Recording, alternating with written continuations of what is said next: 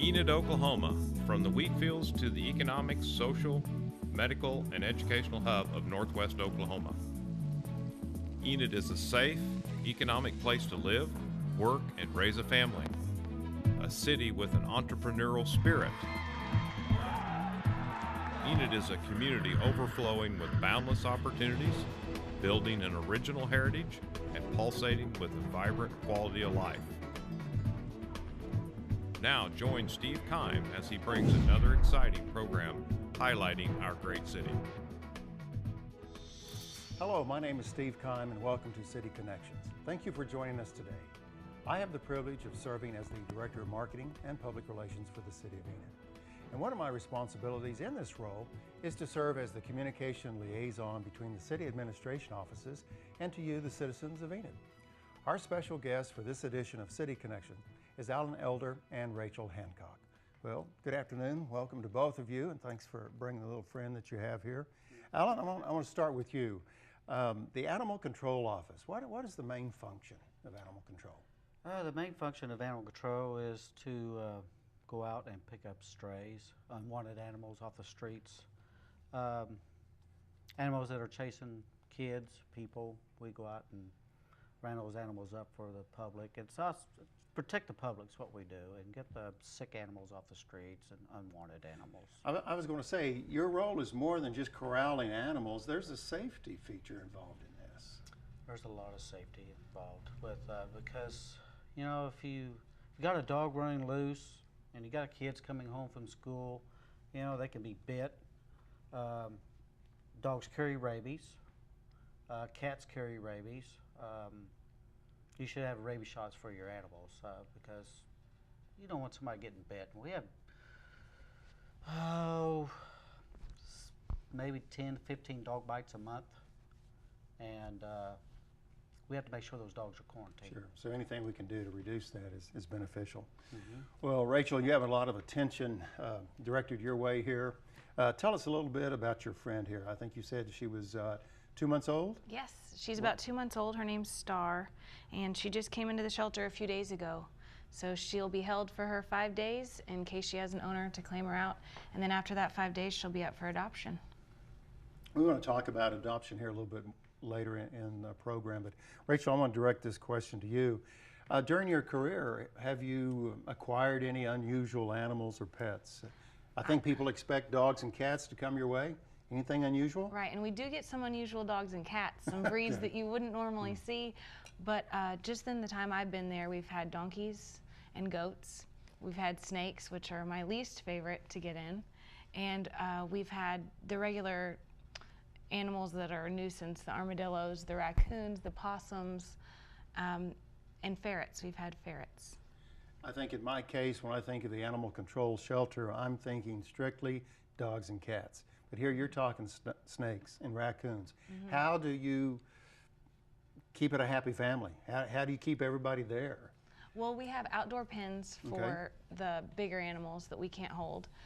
Things like ferrets can go in with the same room as the cats, so they're held in separate pens, but they are in the same area. The wildlife, the other guys get to handle. I don't get to handle a whole lot of the other things, which is good. Yeah, she don't get to handle the snakes. We handle the snakes and the raccoons. The next snake that you have, don't call me. Well, Alan, I understand that Saturday, May 18th is a special day. Animal Control Shelter is going to be having an open house, I believe that you want to call it. Can you tell us about this event and how the citizens of Enid can get involved? Our open house is going to be from 10 to 2 Saturday. It's mainly, we had a the Dotson race that they had. They donated the money to build some outdoor pens for us, and those are built now.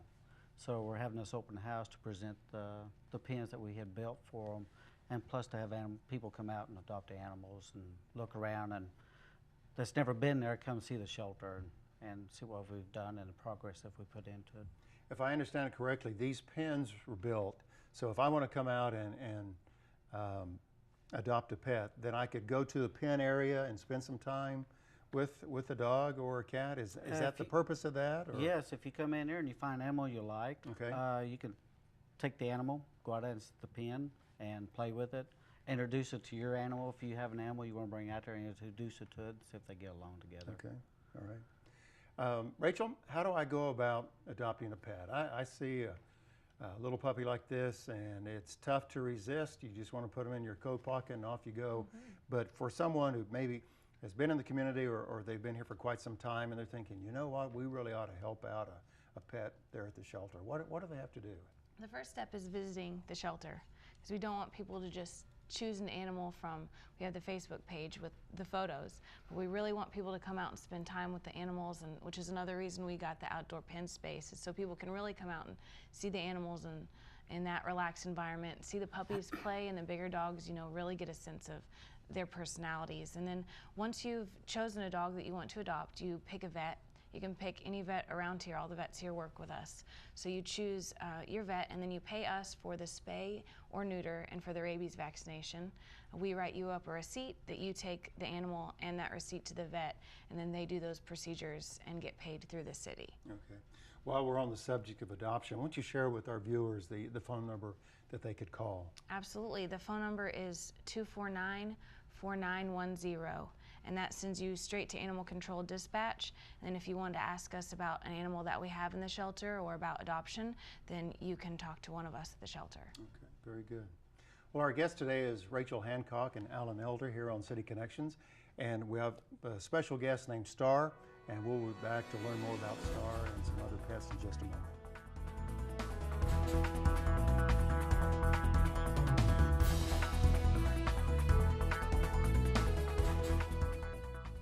Hello, my name is Eric Benson. I'm the city manager for Enid, Oklahoma. We're located in northwest Oklahoma, just a short drive from Oklahoma City, Tulsa, and Wichita. We're the economic, social, medical, political, and educational hub of the area. Not only do we have the largest retail trade center in the area, serving a customer base of over 200,000 people throughout northwest Oklahoma and southwest Kansas, but we have a diversified economy that continues to provide jobs for the people of the area and opportunity for future growth.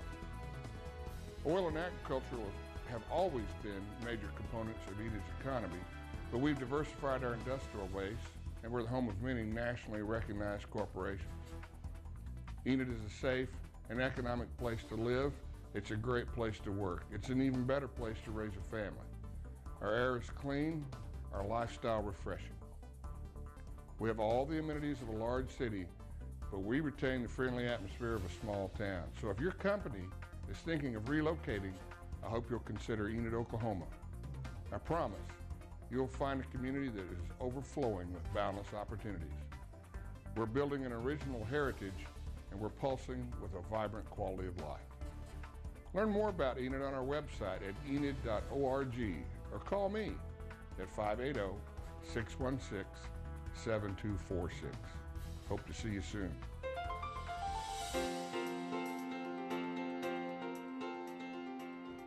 Welcome back to City Connections. I'm Steve Kime, joined with some special guests today, Alan Elder and also Rachel Hancock. And Star is with us today from Animal Control Office. I guess office is the term, or shelter, I should say.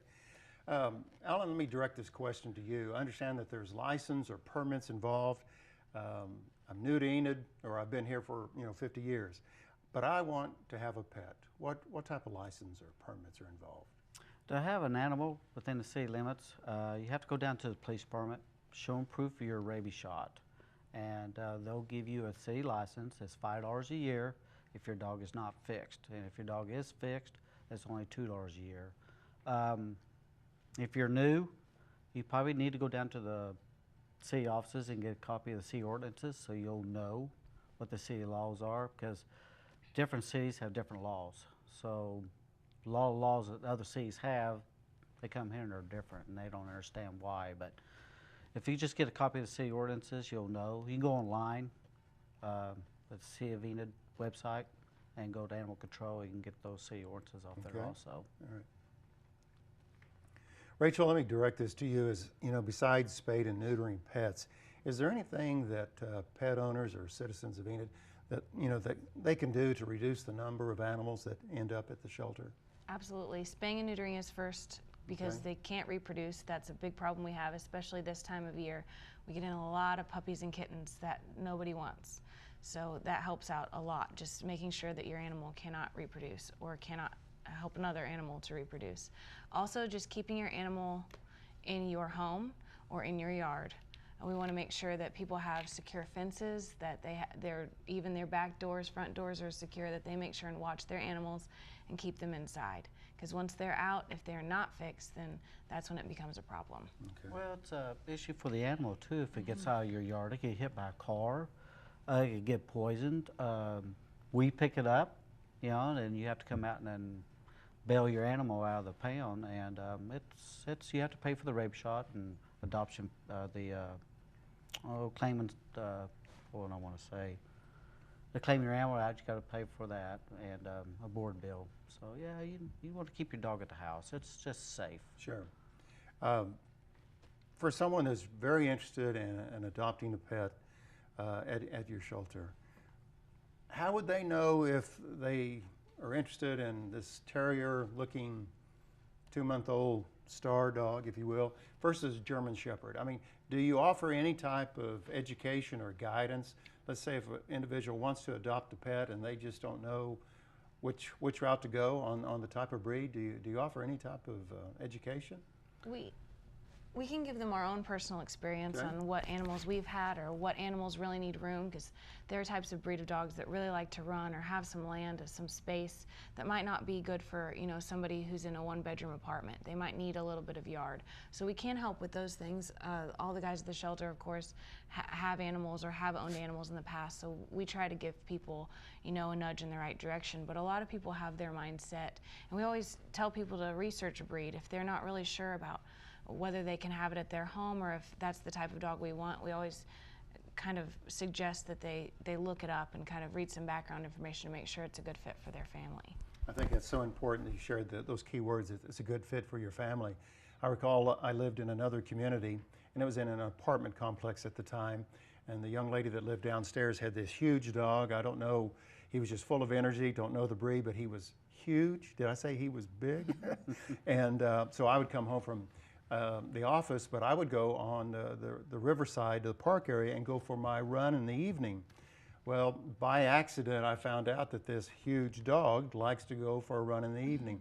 And I really felt kind of sorry or compassion for the dog, because he's in this small apartment during the day for a huge dog, but he looks so forward to those evening runs with me. Wasn't my dog, but I'm running with this dog in the evening, but really became attached to that. And that was really the first time I gave thought that, you know, if you have a pet, probably ought to match up to your yard, to your house, or to your lifestyle. Oh, but people sometimes don't. But I have an officer that has 34 years experience, and I got another officer that's got about 26 years. I have 20 years. Just come and talk to us. Just come out and talk, and we'll visit with them and show them the animals that they want to look at, and we can explain things to them if they need any questions at all. And again, Rachel, can you share with us that phone number? I'm sure maybe somebody's just tuned in late. What's the number they can reach just to find out everything they can about your office? Absolutely. It's 249-4910. Okay.